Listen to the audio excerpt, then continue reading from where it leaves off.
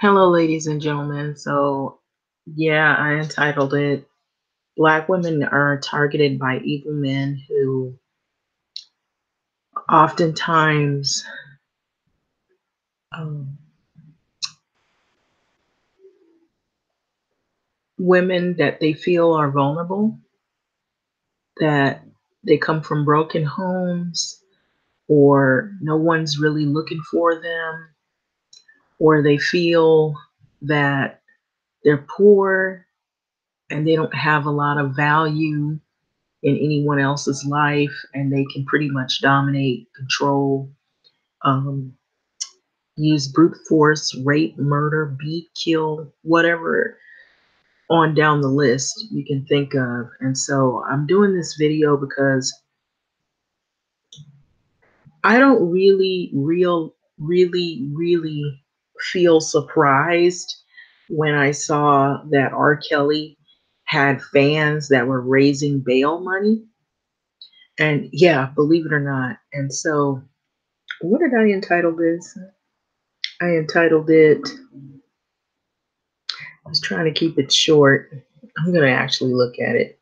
Black women are targeted by evil men who rape and murdered by predators whom are black males. And so I'm going to just show you um, what I saw that I thought was pretty disturbing is that R. Kelly,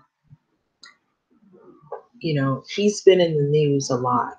And believe it or not, there were fans that were trying to raise money for R. Kelly's bail. Now, it says that R. Kelly, here there's a number of articles. One says R. Kelly is too broke to raise money for his sex abuse charges. R. Kelly is too broke to raise bail money. R. Kelly too broke to raise bail money. R. Kelly fails to make $100,000 bail, as lawyer says, and it goes on, says that he really doesn't have any money. And so it says that he owes hundreds of thousands of dollars in child support and rent. And it says he remains in jail as he fails to make bail. And so it says he doesn't have any money to make the bail. So some of the fans were trying to raise money to actually help him bail out of jail, believe it or not. So if you just pull it up, you'll see all these different articles. There's even video on it. And I'm not surprised. And here's the reason why I'm not surprised, because sometimes we don't realize that there are more predators than these predators that we see highlighted, like R. Kelly and the one I'm about to talk about. Um, Sometimes predators don't have to look evil. They don't have to look like somebody from a different community or a different racial background. They can be right in your own community. They can be people who, if it's a black community, they can be other black people who are predatorial, and they know the community. They've been, affiliated um, with the people that live in the community. They've grown up with people, went to school with people, associated with people, probably live close to people. They know the neighborhood well enough to get close to their victims. And so that's usually what happens. So a lot of times I've heard videos where other people have expressed that when they always get on those issues on, blacks doing things to white people, a lot of times the communities that are like heavily um, concentrated with African American peoples tend to be communities where they don't really have a lot of white residents in the black communities. They don't have a high number, and usually they'll be like white communities will live in the suburb areas, or they'll live on the outskirts of communities that have a higher concentration or a higher number of Black residents. And so that's why some people will argue that talking point that a lot of times they as in when you hear like people get online and make arguments that Black people have done this to them and did that to them. And a lot of times people don't even live that close enough for anything to really, really go down. And a lot of times predators, when it comes to like rape and murder and things like that, a lot of times most of that stuff will happen amongst one another, people that are in the same communities. And a lot of times they would want to get close to the family and they want to build a relationship with you or become friends with you. They want to build your trust, such as R. Kelly did with the girls that he was involved with.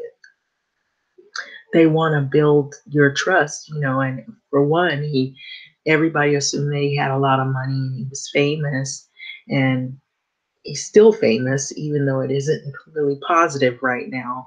But you would assume that he has a lot of money, a lot of fortune, a lot of fame, and that you can trust somebody like him because all his songs seem to be love songs and, you know, songs about women.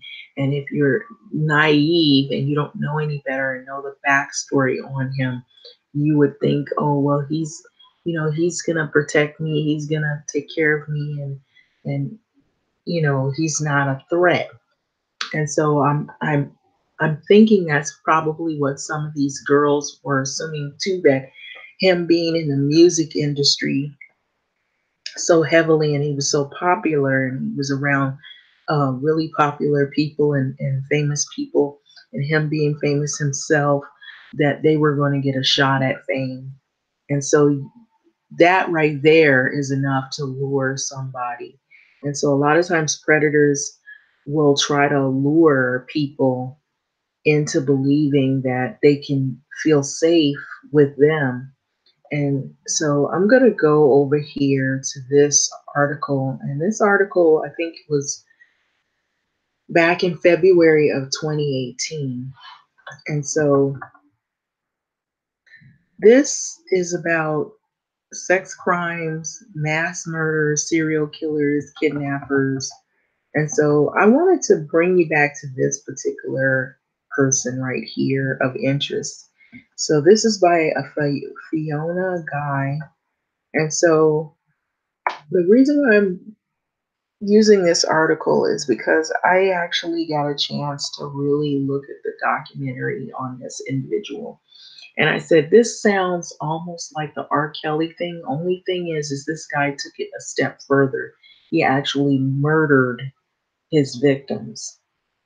And so, but what blew, well, it didn't really blow my mind now that I look at all of it in hindsight. But when I was viewing the documentary and I saw the complicity of the neighborhood and how people they thought this guy was a model um, neighbor, that he was harmless and that he wasn't a threat, and none was the wiser. And there was so much going on that people were unaware of.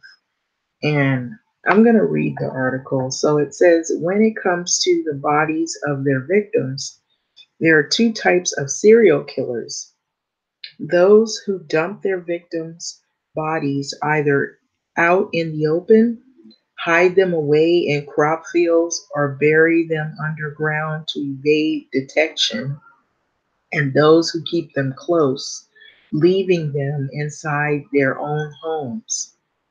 So Chicago's John Wayne Gacy will forever be known for the 29 bodies that were found in the crawl space under his house and buried around his property. And who did John Wayne Gacy go after young white guys. Most of them were young, they were white, and they lived relatively close in the community where he resided. Now, it goes on to say that Jeffrey Dahmer, he kept the mutilated bodies of his victims inside his Milwaukee apartment to fuel his necrophilia fantasies. With 4 severed heads found in his refrigerator and the remains of numerous other victims in his freezer. Now, I know what some people are going to say, that he didn't just kill white males, he killed black males. And there's a whole story behind all of that as well. And two, the fact that Jeffrey Dahmer, I believe he was gay, and he couldn't accept the fact that he was gay. Also, I believe that John Wayne Gacy was gay, and he couldn't accept the fact that he was gay. And so they had traumatic childhood, and they couldn't be who they really were, because there was a different time era. The other thing, they also had disturbing childhoods that contributed to, I believe, a lot of what they did to people. And they showed signs early on, some of them. Some of these serial killers will show signs early on that they have um, a lack of empathy for other living things, humans, animals, and so they'll display signs of possibly having tendencies of maybe being a serial killer. So, London's Denise Nielsen, who is believed to have murdered at least 15 men. You also have women, okay, also kept victims' bodies. And so, well, actually, this one is about Dennis Nielsen, but there have been a couple of women, that I witnessed that have tendencies, that usually your serial killers tend to be males because they exude a lot of intimidation and control over their victims, which most more than likely usually are females or their young children or teens. And so I did witness that there was a few female serial killers, but the thing different with them is it was a bloodlust or it was resentment because of something that happened in the home from males abusing them. And there's many series on these type of people and what their backstories are. And so this person was named in London Dennis Nielsen, who was believed to have murdered 15 men, also kept his victims' bodies as well. So this talks about a lot of these serial killers where they have to keep trophies, they keep the bodies in the house or under the house or buried in the backyard. And so we're going to focus outside of all of these other people on this one particular serial killer. So he stashed them in the bin bags in the wardrobes inside his home before he tried to dispose of them by flushing them through the sewer system of his block of flats. And so this is about Dennis Nielsen right here. The actions which got him caught. So this particular serial killer, who also used his home and his killing ground, that was his killing ground, was his home. His name was Anthony Sowell, otherwise known as the Cleveland Strangler. And the gruesome discovery by police officers when they did get inside of his home, because from what I saw in the documentary, they had made many, they as in I believe he was a registered sex offender, and so he had gotten in trouble for rape. And so he had people come to his house, but they never came inside of his house. They would come to visit and ask him how he was doing, but they were never inside of his house. So, from as I recall it, there was a stench around the neighborhood. It smelled really horrible, and there was a restaurant, and they blamed it on the restaurant. They thought maybe the restaurant was probably doing something with the food and leaving it out or letting it rot or whatever in the dumpster. And so there were more going on in this neighborhood than people really knew. This guy, Anthony Selwell, he made himself really friendly to the community, to the neighbors, and he picked up random black females whom he felt didn't have a home or nobody was going to be looking for him or checking up on him. And most of these women tended to be women who were either just getting off drugs and not really yet clean and sober, or women who were on drugs. And some of these women were they were mothers, they were women who were down on their luck, they were sisters, they were aunties, they were, lost, um, and spiraling out of control because of their own problems, their personal issues, and he preyed upon them.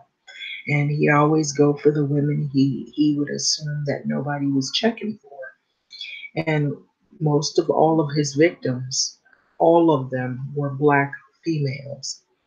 So the gruesome discovery by police officers when they did get inside of his home would shock them to the core and reveal that Sowell had been killing for much longer than anyone had anticipated. So this guy, he would have barbecues. He was real cordial. He would talk to people. He even uh, served in the service. He was a veteran, and so he actually had no complaints. It didn't sound like, from what I had heard, that he was really a good model Marine. So it goes into it. So Anthony Sowell joined the U.S. Marine Corps when he was 19 years old, spending about 17 years or 7 years training and being stationed across the U.S. and 1 year in Japan before he was discharged with merit in 1985. So by all accounts, Sowell was a good Marine.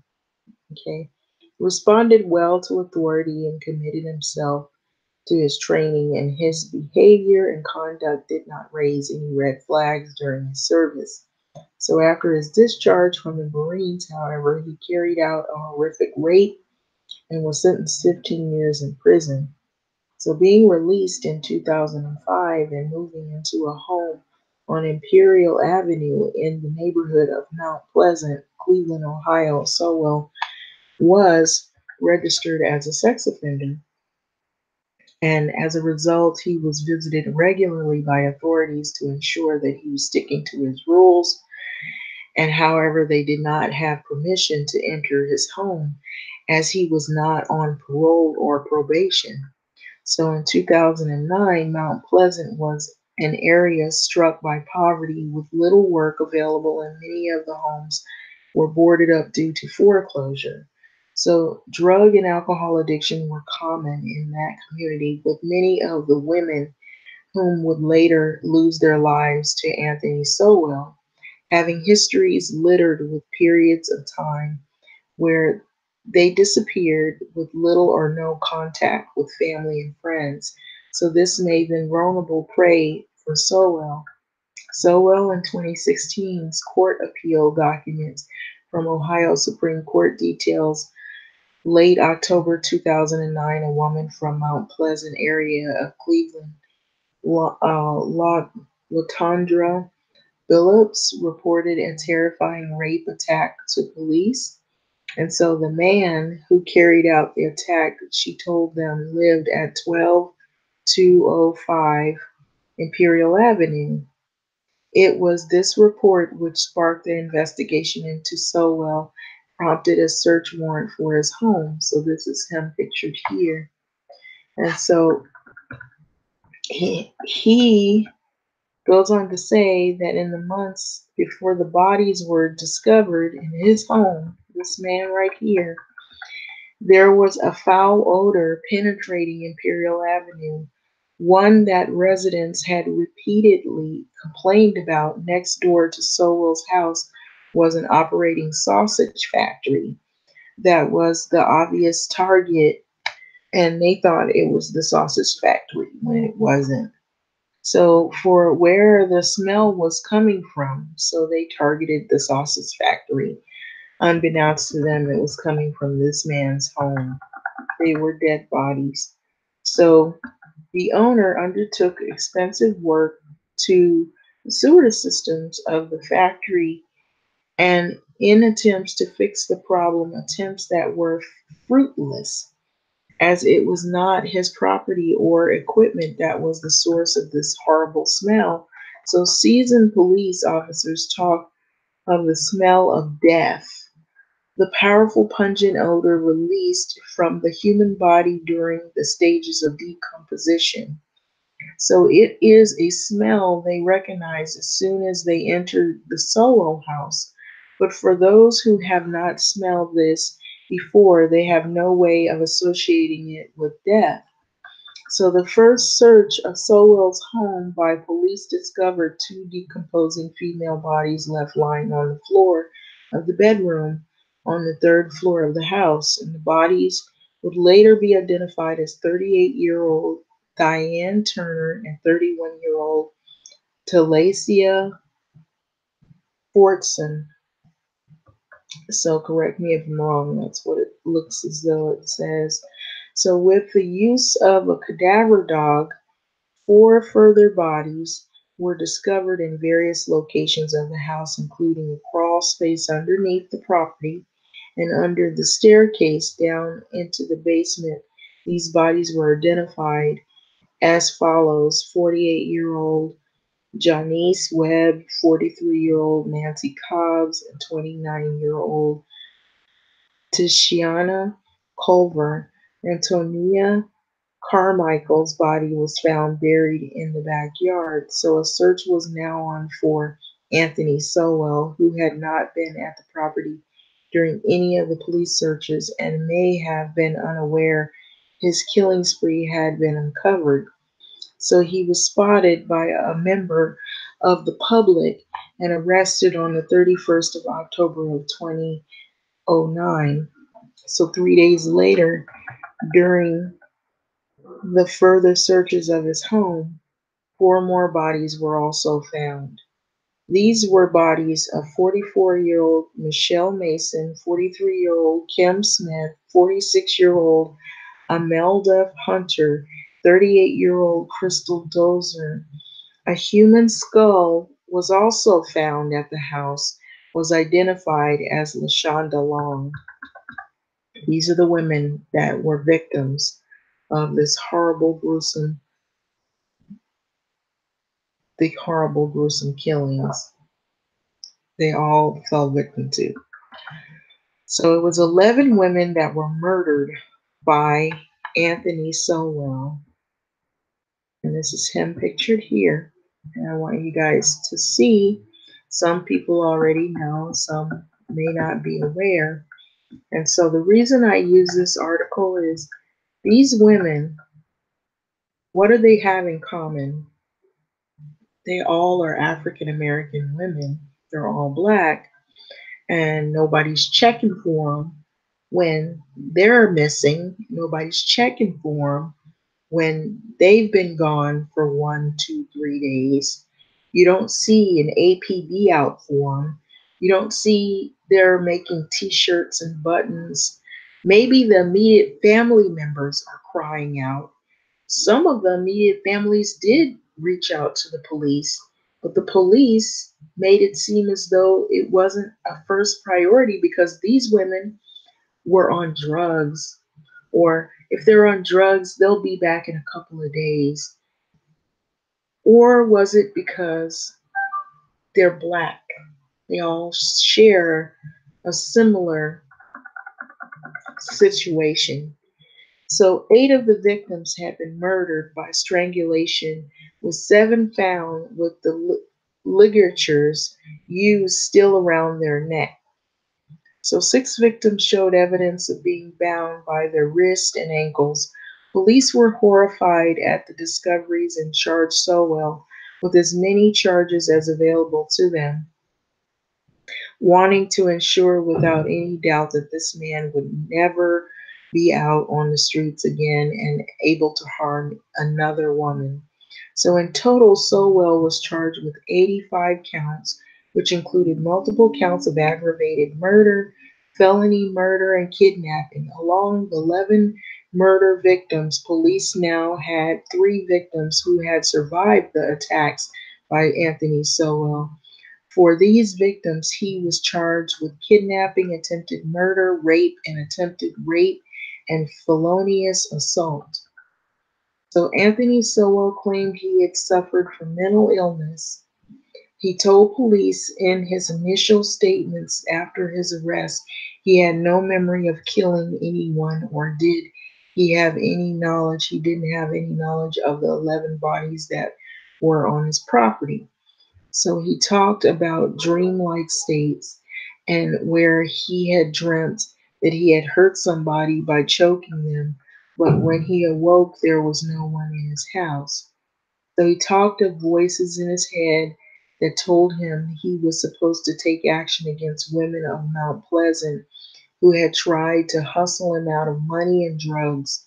Before his trial, Sowell tried to get these initial statements suppressed, not wanting them to be heard in open court. So his motion was denied, with the trial court finding Sowell knowingly, intelligently, voluntarily had waived his Miranda rights during police interviews, and that the statement were neither coerced, or it wasn't coerced, nor the result of a psychosis that interfered with his ability to make free and rational choices. So they did, however, close the suppression hearing to the public so Sowell could receive a fair trial without the statements being released and discussed in the mounting media attention his case had attracted and tainting the jury pool. So this was one of the women who happened to be his first victim. Her name was Crystal Dozer, and so there was one sign posted where the family members were looking for their relative.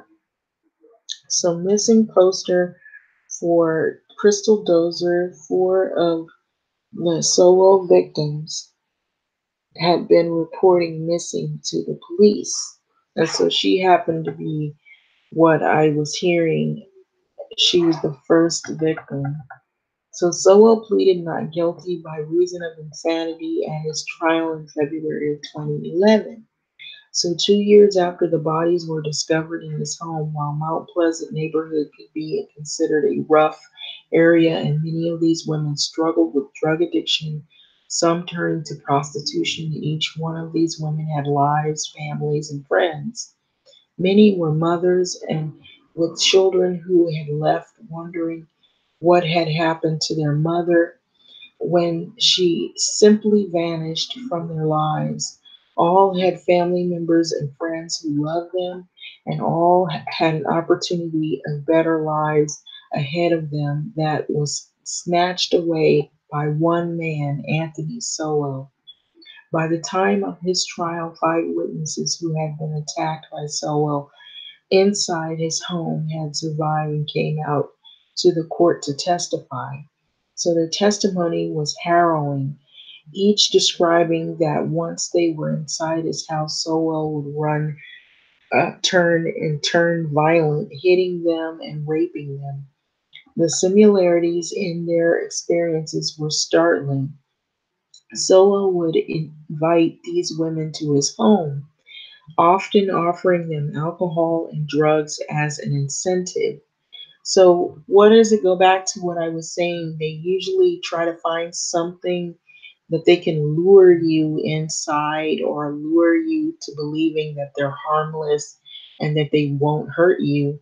And so, there's got to be some kind of attraction or something that is in common between you and that predator, that they find something about you that will make it easy for you to be on their turf, their killing ground. And so, anyway, it goes on to say that as soon as they were alone with him, he would kidnap them, sexually assault them, and in many ways, in many cases, attempt to strangle them. So, no defense witness were called, and Anthony Sowell was found guilty on 84 of the 85 counts he was charged with. So the only not guilty verdict being given for the final count, that of robbery against one of the surviving victims. So the jury who found him guilty also recommended death sentences for each of the 11 women he had so brutally killed. In December of 2011, the home on Imperial Avenue in Cleveland, where Sorrell murdered his victims, was demolished, with those watching chanting, tear it down, reported CBS News. Cleveland.com reported October 2017 that Anthony Sowell's latest attempt at achieving a new trial had been rejected by the Ohio Supreme Court. So Sowell will still remain on death row at the Chillicothe Correctional Institution awaiting his execution date as of now, even to this day. And so this was one of the first women who had been victimized. These were the other women, and they all are African American. And usually the predators look for women that are vulnerable, most vulnerable in the communities. And their communities sometimes of poverty. And there's some similarities here, isn't there? The only thing, R. Kelly did not kill anyone. This guy, he did. He killed all of his victims except the ones that were fortunate enough to get away. Um, so the thing that I see with this here, in comparing the two, the thing that I was looking at is that when you look at the documentary, if you're able to see it, is that there were so many chances that they could have caught this man, but he was hiding right there in plain sight. Most of your predators are right in front of you. And be it rape, strangling, mutilation, sexual abuse, assault, on down to, the inevitable, what could be murder eventually. Sometimes people, even with that happening, they turn a blind eye. They'll say, oh, they're black women. Oh, they were on drugs. Oh, they were prostitutes. Who cares? There are people that are cold hearted like that. They look at a situation like that, and then they'll use their bias to validate why the women are victims and it was their fault. The same thing here with R. Kelly, where you have people that were actually trying to help raise bail for him to get out of jail, and he was found guilty on a sexual assault charges. And so 10 counts to be exact. And what do those women have in common? I think there was one woman who was Hispanic or Latina, but she's a woman of color too.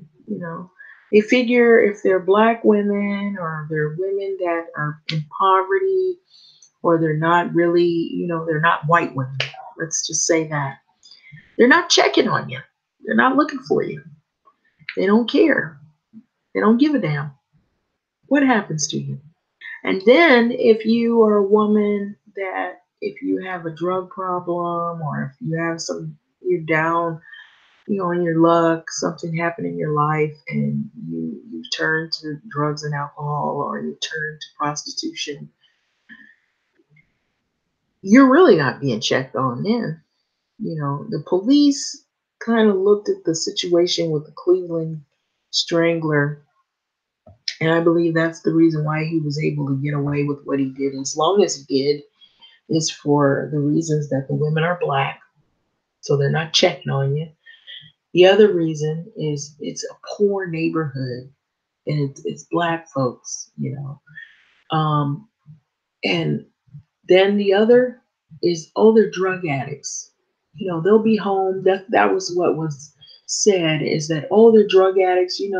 And see, what is known is that when some people are on drugs, they can be gone for days because they're up looking for drugs. They're in various places and they're hanging out in different places, and you don't know where they made their last steps. And but that I felt like was an easy out. I felt like more of the issue was these women that were black and nobody was really searching for them like that. I feel like if they had have been white, they would have did more. They would have been a little bit more persistent.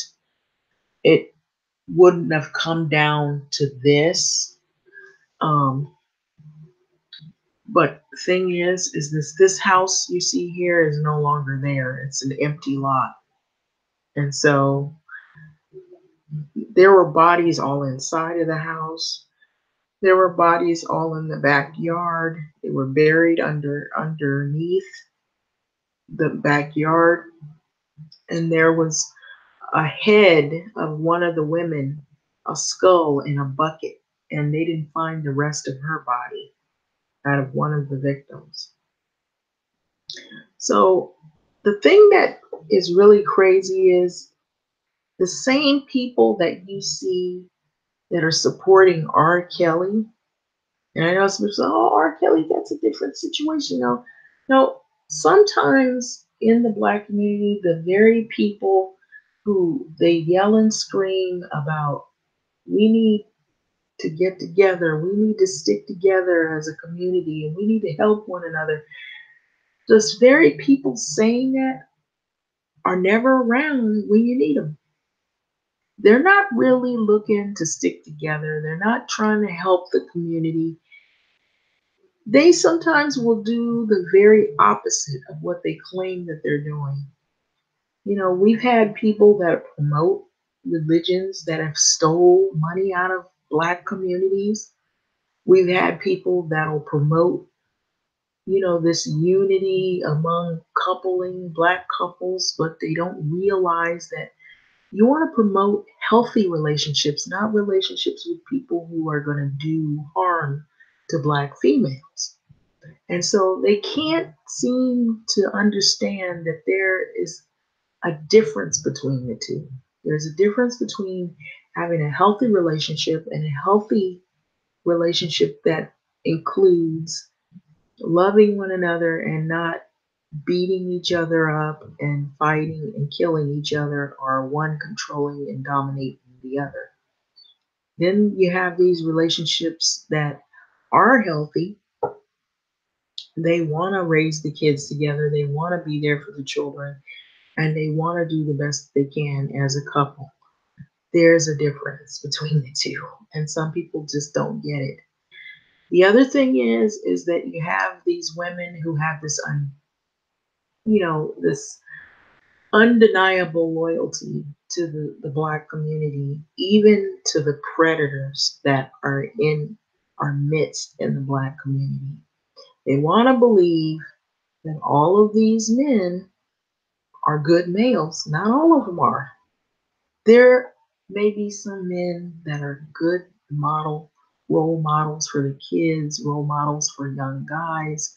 They may be good males. That's not everyone. You support good people, people who are really trying to do the right things, who are really trying to help the community, who aren't harming children and women, who aren't involved in rape culture ideology and trying to dominate women as if they're objects, or trying to mistreat them and beat the hell out of them and put them in an early grave.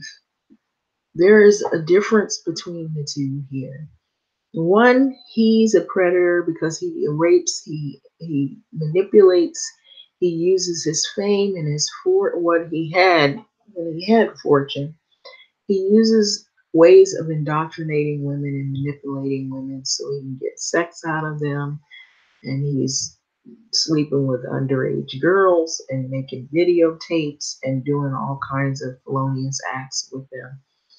The other, he's hardcore. He's looking for women that are down on their luck. There happen to be all black females. He's black too. And, when you first meet him, he doesn't seem like he's going to hurt you. But as soon as you step in that house, it's a done deal. Your life is in his hands and it's hanging in the balance. This is coming from a man who he would have barbecues around the neighborhood. He'd invite people over to crash if they were on drugs or they had a little too much to drink.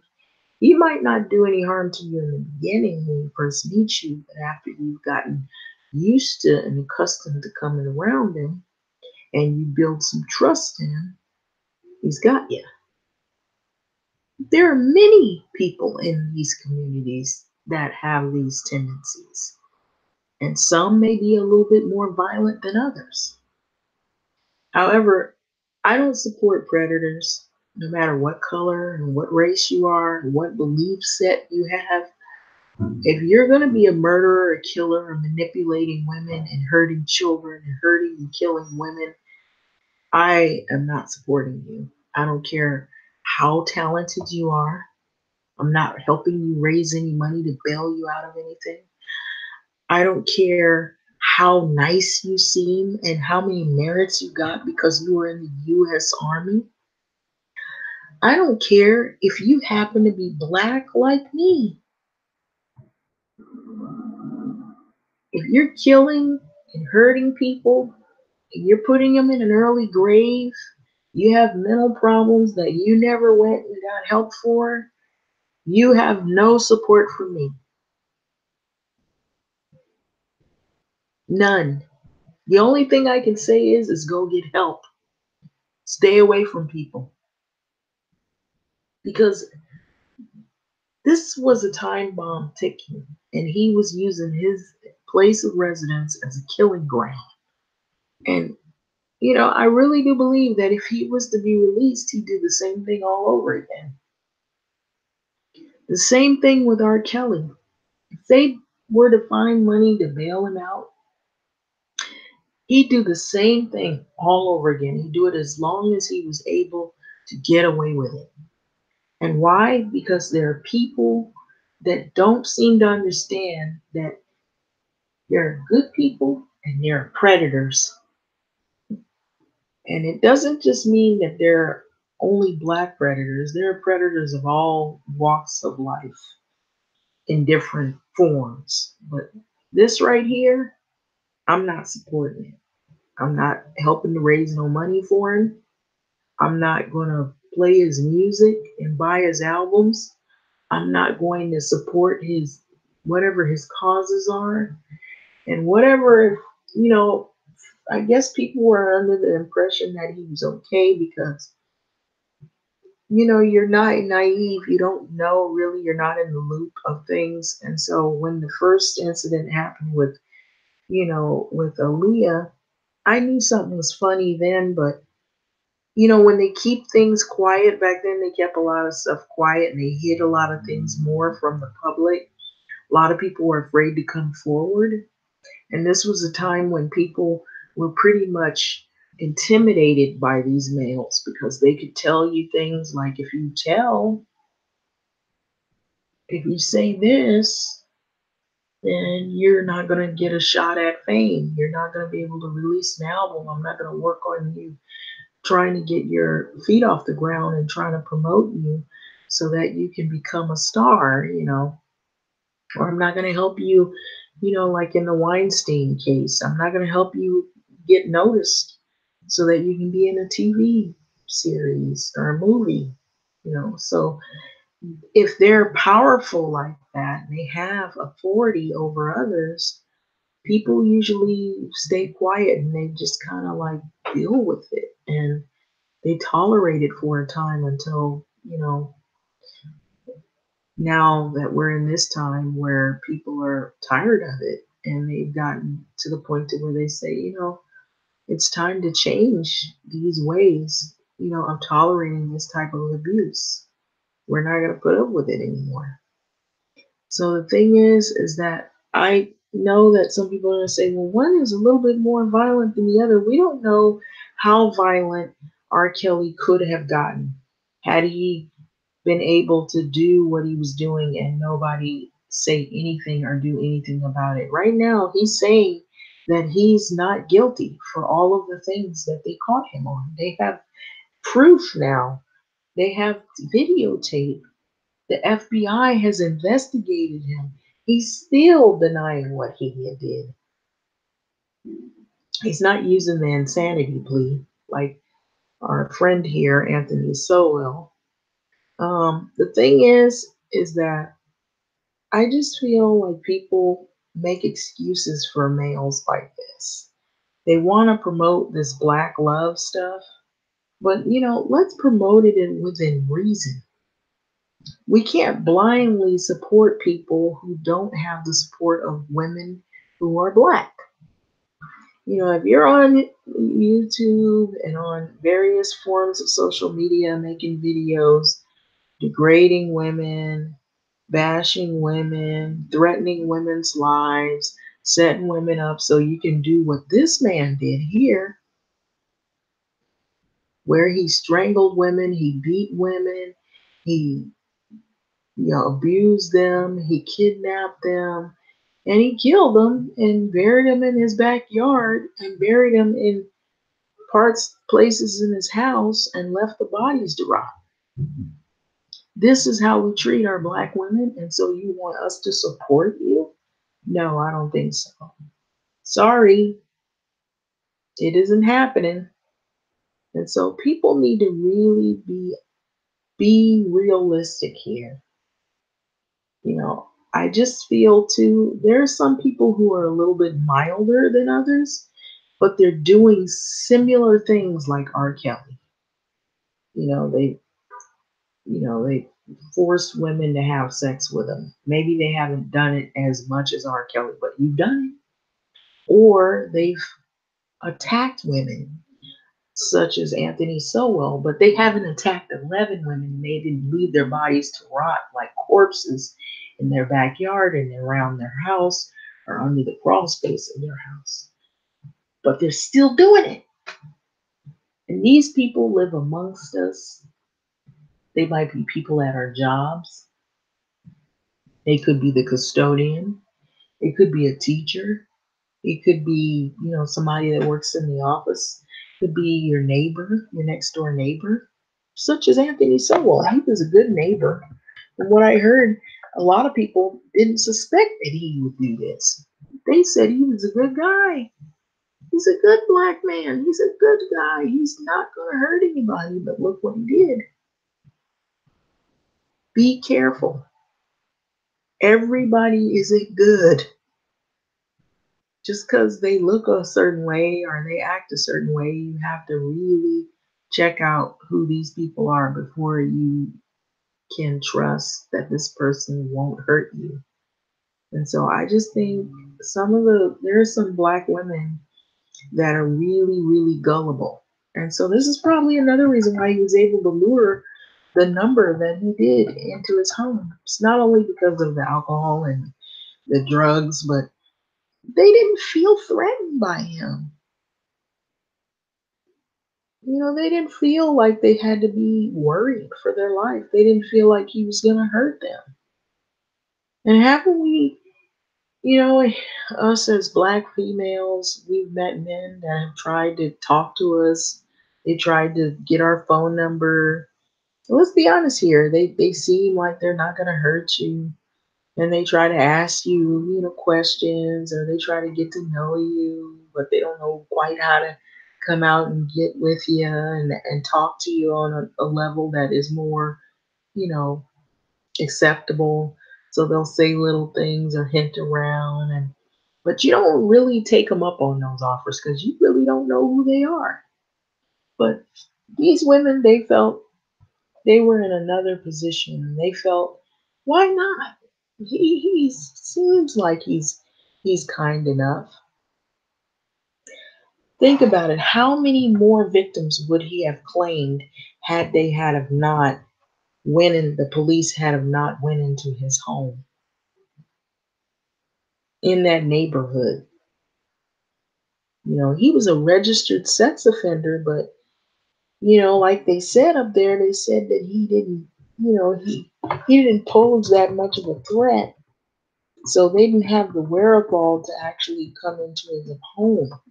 So how many other guys are like him doing similar stuff? Maybe they didn't kill anybody, but they're raping women, doing things to people, and you can't come in their home to see what's going on.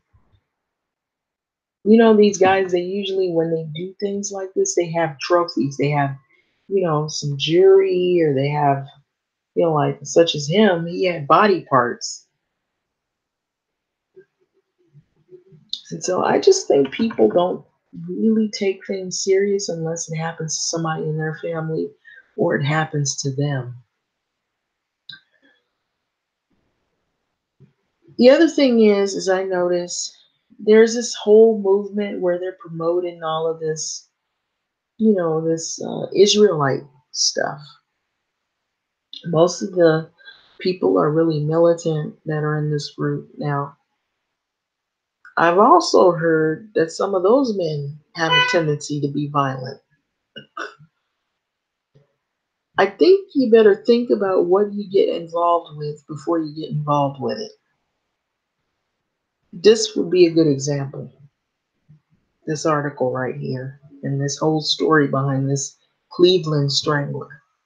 Just because he's talking all that militant stuff and talking about how black people need to unify and get together, that could be another way of him trying to appeal to somebody to lure them in his clutches so that he can then now do some things to you.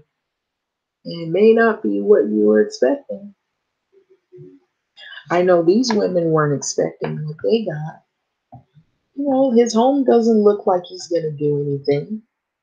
Well, if you didn't know the story about him, you think that he looks like he's not really going to hurt anybody. Well, these women found out the hard way, and now they're not here to be with their families because they assumed, because he didn't look like he was going to do anything, that he was harmless. R. Kelly has people right now, and I bet you most of them that were trying to help raise his bail money were some people in the black community. I bet you they were. I bet you. And I bet some of them were black women. Even though they heard the story about him getting caught on 10 counts of assault, doing harm to black women. Yet and still, you're going to have some black women who are on this black love thing or on this Israelite thing. We got to protect our black males. Okay, protect the ones that the police is gunning down. Protect the people who they're trying to help the black community. They're not trying to rape kids and rape women and beat up women and murder women. Protect people who deserve to be protected, not predators. Anyway, I'm going to let this video go. I just find this whole thing really sad and disgusting at the same time because people just seem to not really realize the severity in all of this. That if you don't speak out for black women, who will? With that being said, I'm going to let this video go. Thanks for listening.